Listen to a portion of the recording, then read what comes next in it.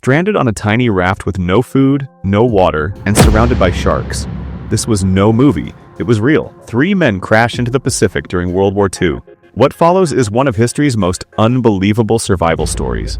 In 1942, the United States Navy prepared for a decisive strike against Japan. Waves of torpedo bombers and fighter planes were dispatched over the South Pacific, aiming to target enemy submarines. One of these aircraft carried the pilot and chief, the bombardier, and the radio man. Their patrol mission took them deep into the southern Pacific, but somewhere along the way, contact with the other planes was lost, leaving them disoriented. The pilot considered turning back to their carrier, but the radio man discovered they were already out of radio range. After checking his navigation, the pilot realized they had been heading in the wrong direction. He adjusted the course eastward, but when the radio man tried to call their base, only unfamiliar voices came through. The situation worsened when the fuel gauge began to drop. The bombardier released the bombs to lighten the aircraft, but it wasn't enough. With no working communication and fuel running out, the pilot decided their only option was an emergency water landing. He instructed the crew to grab essentials, but the impact left little time. The plane landed smoothly on the waves, and all 3 men survived. The pilot quickly moved to release the raft while the radio man and bombardier escaped at the last second. The aircraft sank before they could retrieve supplies. The pilot struggled to inflate the raft when the valve jammed, and told his crew to discard heavy gear to help them float. When the raft inflated upside down, they tied their life jackets together to form a makeshift handle and flipped it over. Once aboard, they introduced themselves properly, trying to keep their spirits up. The pilot assured them that help would likely come by morning. At sunrise, they took turns scanning the skies. A search plane appeared in the distance, and they waved their clothes in hope. But the aircraft never approached. The pilot explained that it had been their only scheduled pass. Wartime rules didn't allow extended searches in dangerous zones. Taking charge, he declared himself captain of the raft, and the others agreed. A quick inventory revealed a pocket knife, a small mirror, a water bag, and a few odds and ends.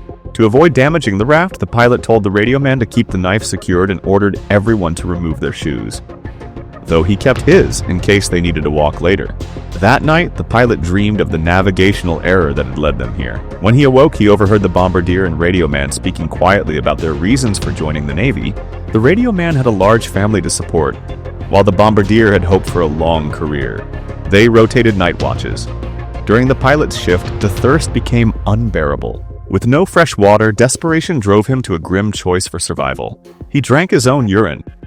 The next morning, the pilot estimated their position: 1,900 miles from Hawaii, 1,000 miles from Samoa, and perhaps 600 miles from the nearest islands if the wind favored them. The bombardier doubted they could last much longer without food, so the radio man suggested fishing. In the middle of the ocean, survival meant invention. They crafted a fishing hook out of whatever scraps remained.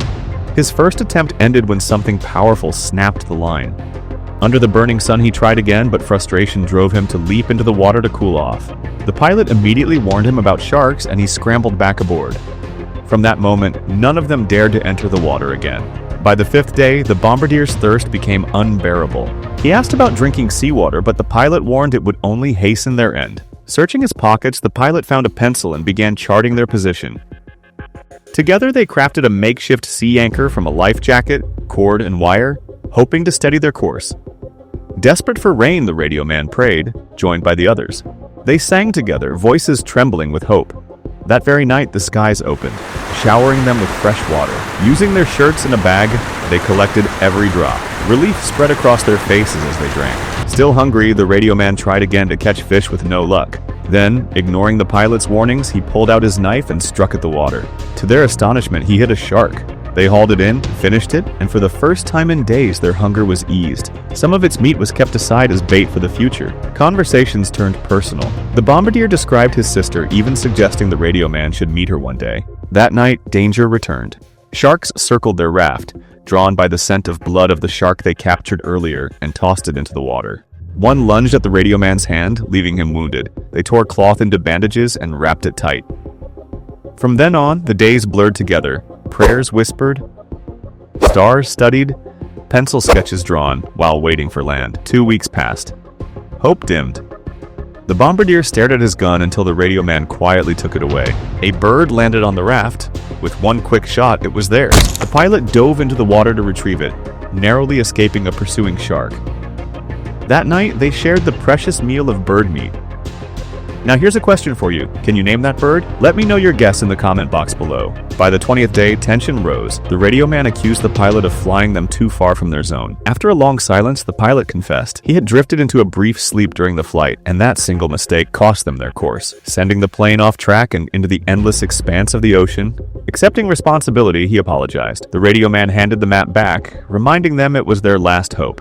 Then, sparked by the bombardier's joke about creating their own wind, the pilot sliced the soles from his shoes, turning them into makeshift paddles.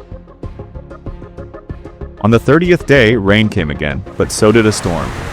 Thunder roared, lightning split the sea, and monstrous waves tossed the raft like a toy. A single surge flipped it over, sweeping away their tools and paddles.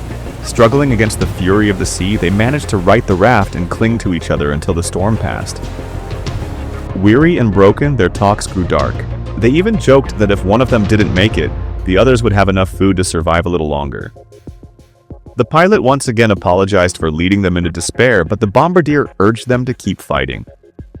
Then came the moment of deliverance. The radio man spotted something green on the horizon, an island. With tears streaming, they paddled desperately with their hands, riding the waves until they washed ashore. Staggering on weak legs, they discovered two small huts nearby. They had drifted for 34 days and over 1,000 miles. In the years that followed, each man's fate was sealed. The pilot was awarded the Navy Cross for leading his men to safety, though he never flew another combat mission. The bombardier's injuries ended his naval career, and when he passed in 1986, his ashes were returned to the sea. The radio man survived the war, and in 1946, he fulfilled a promise of sorts. He married the bombardier's sister. Heroes may fade, but their stories live on.